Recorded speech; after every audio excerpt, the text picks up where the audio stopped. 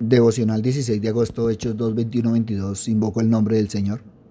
Pedro nos permite comprender que Jesús fue entregado por el Padre conforme al propósito de salvación que había determinado previamente a través de personas que practicaban el mal, para terminar con su vida clavándolo en la cruz. Es la primera referencia al conocimiento previo de Dios, un conocimiento que abarca el pasado, el presente y futuro. Muchos no conciben este conocimiento previo como algo real, pero aquí se nos da una evidencia palpable del mismo.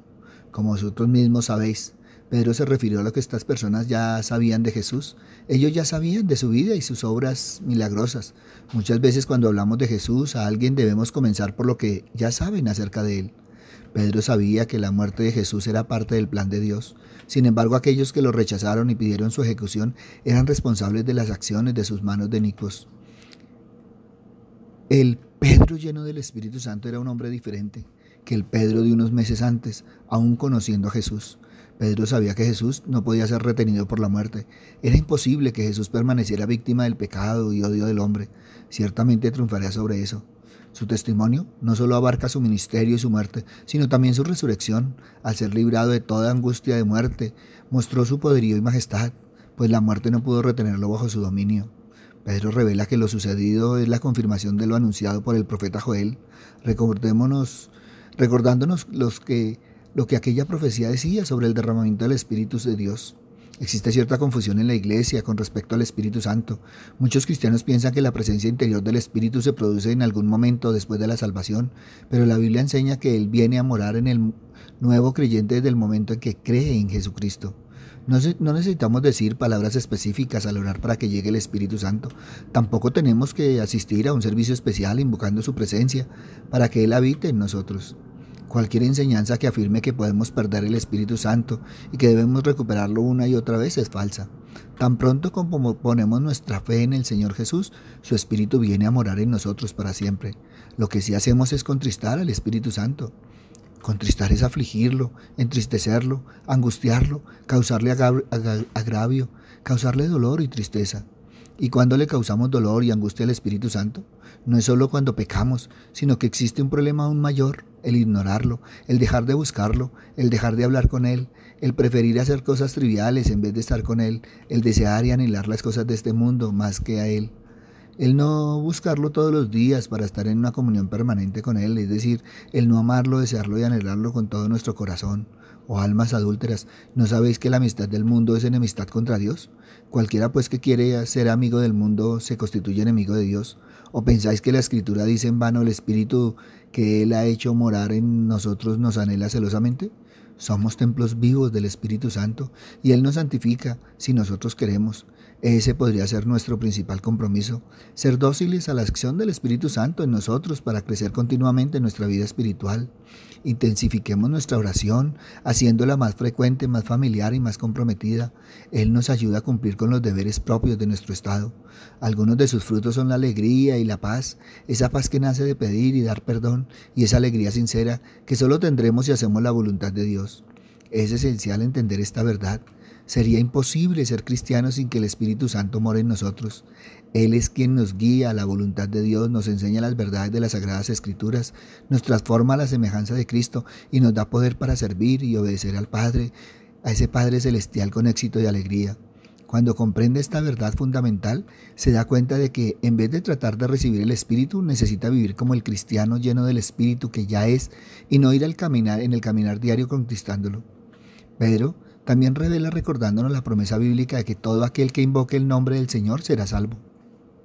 Invocar el nombre del Señor no significa meramente orar al Señor.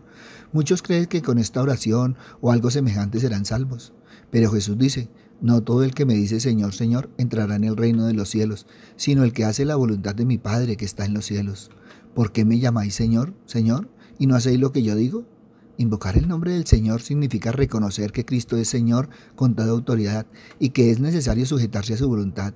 Pedro, cuando muchos judíos convencidos de su pecado de haber crucificado a Cristo se compungieron de corazón y dijeron a Pedro y a los otros apóstoles, varones hermanos, ¿qué haremos? Pedro no le dijo que oraran, sino les dijo, arrepentíos y bautícese para perdón de los pecados y recibiréis el don del Espíritu Santo. Esto es invocar el nombre del Señor. El invocar el nombre del Señor significa someterse a su autoridad y obedecer el Evangelio. ¿Cómo pues invocarán aquel en el cual no han creído? No invocaremos el nombre del Señor si no creemos en Él. ¿Y cómo creerán en aquel de quien no han oído? Todos no tienen excusa si no creen en Dios, porque todos son creados a la imagen y semejanza de Dios, con inteligencia, voluntad, emociones, conciencia.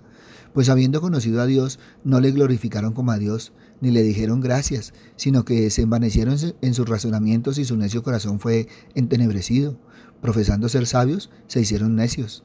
Debemos oír la palabra de Dios leyendo en nuestras propias Biblias para aprender la verdad acerca del plan de salvación, la iglesia, la vida del cristiano, la esperanza de la vida eterna y el castigo eterno en el fuego del infierno si no se obedece al Evangelio. ¿Y cómo irán sin haber quien les predique?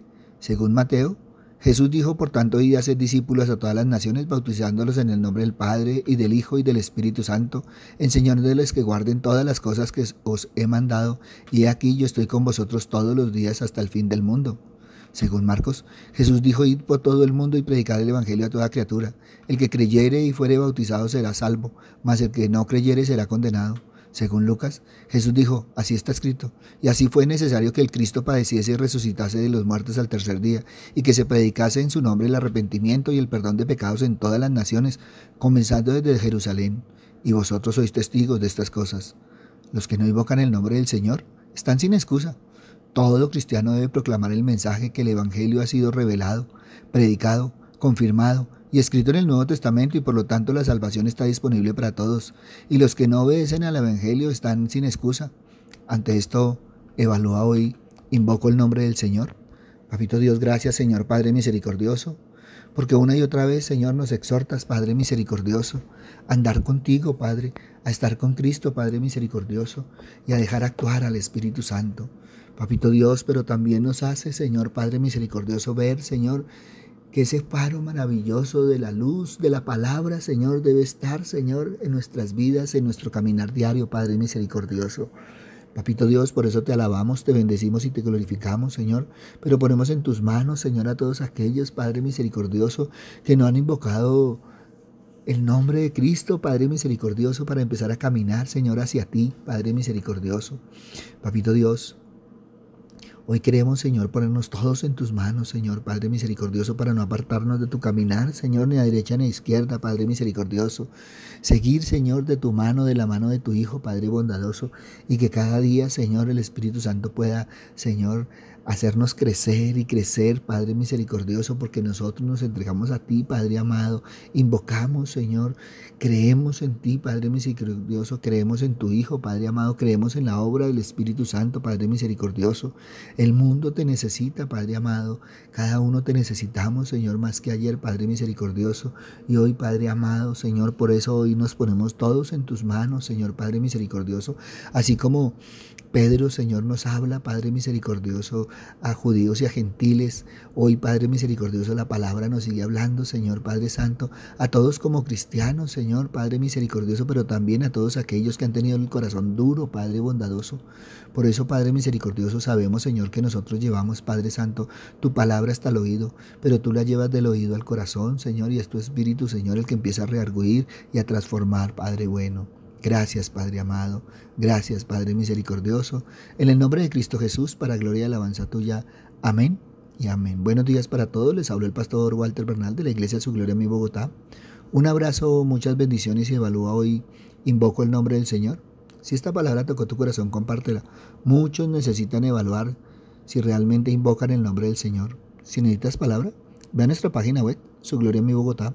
Ve a nuestro Twitter, @BernalPastor, o ve a nuestro Face, a nuestro Instagram, a nuestro YouTube, Su Gloria en mi Bogotá. En ellos encontrarás palabra del Señor. Buen día.